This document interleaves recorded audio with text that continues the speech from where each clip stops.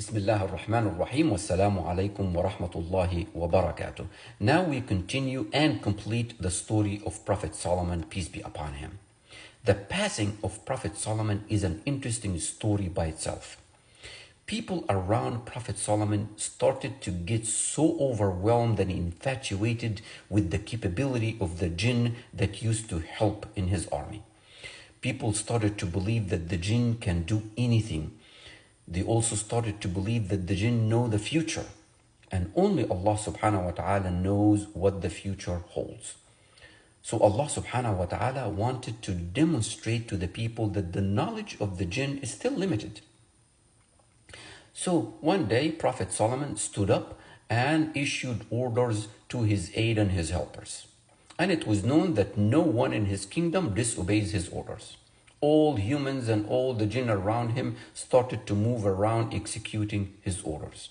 While they are doing that, Prophet Solomon stood up, leaned on his walking stick and placed his chin on it and stood up like this.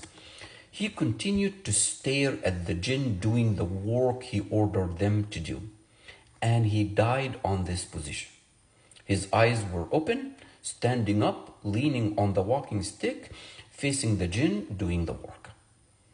He's not moving. The jinn were so scared to do anything other than what he ordered them to do. They are even too intimidated to check on him. The scholars stated that he stayed in this position for a year, and Allah knows best. Allah subhanahu wa ta'ala finally sent insects, something like termites, and they started to eat his wooden walking stick. The stick broke and Prophet Solomon fell down. This story is mentioned in the Quran in chapter 34, verse 14.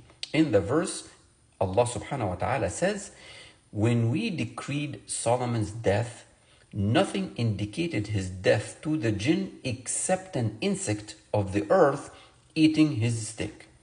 And when he fell down, it became clear to the jinn that if they had known the future or the unseen, they would not have continued laboring and executing his orders."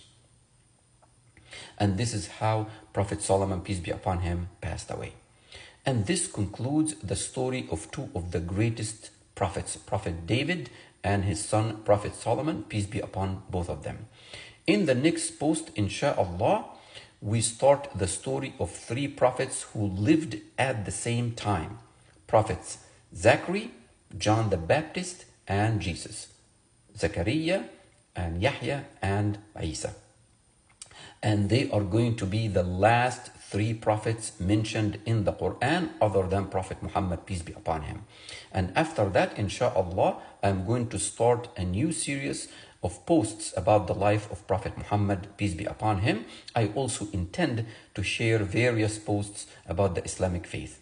Till next time, Assalamu alaikum wa rahmatullahi wa barakatuh.